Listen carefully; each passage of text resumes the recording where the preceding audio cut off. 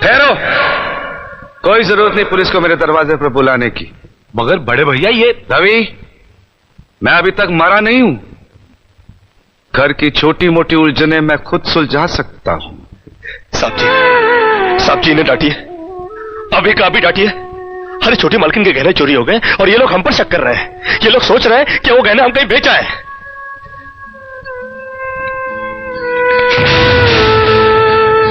बाकी के रुपए कहां हैं कृष्णा? क्या पूछा आपने साहब जी?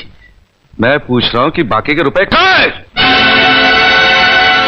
ये आप पूछ रहे हैं साहब जी अपने कृष्णा से?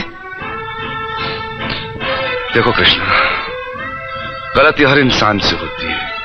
तुम मुझे सही सही बता दो कि गहने तुमने कहां बेचे, मैं तुम्हें कुछ नहीं कहूंगा।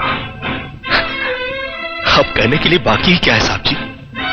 एक छोटा सा सवाल पूछ के आपने बहुत कुछ कह दिया है साहब जी। कृष्णा, बात को आगे मत बढ़ाओ। बात आगे बढ़ चुकी है साहब जी, बात आगे बढ़ चुकी है।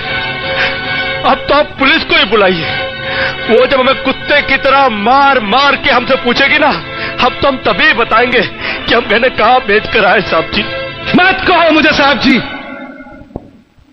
इसी साहब जी की इज्जत आज तुमने मिट्टी में मिला दी।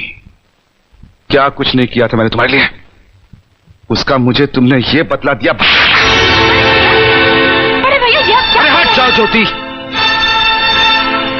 जिस दिन मेरी फैक्ट्री जलकर राख हो गई थी और मैं बर्बाद हो गया था, मुझे उतना दुख नहीं हुआ था कृष्णा जितना आज हुआ जब तुमने इस घर में चोरी की है।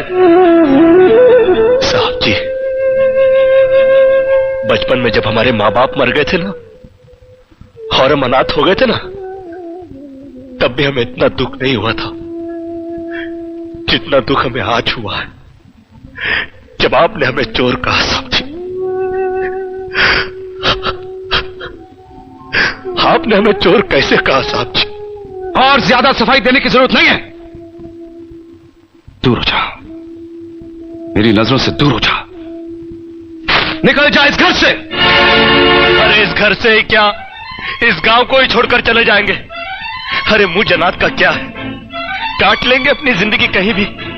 इतने साल इस घर में बेफिक्री से ये समझकर काट लिए कि साहब जी का हाथ है हमारे सर पर। हमको क्या है परवाह किसी बात की, मगर नहीं, अब हम जान गए कि इस दुनिया में अनाथ का कोई नहीं होता। हम जा रहे हैं साहब जी और इस घर में कभी नहीं आएंगे अभी।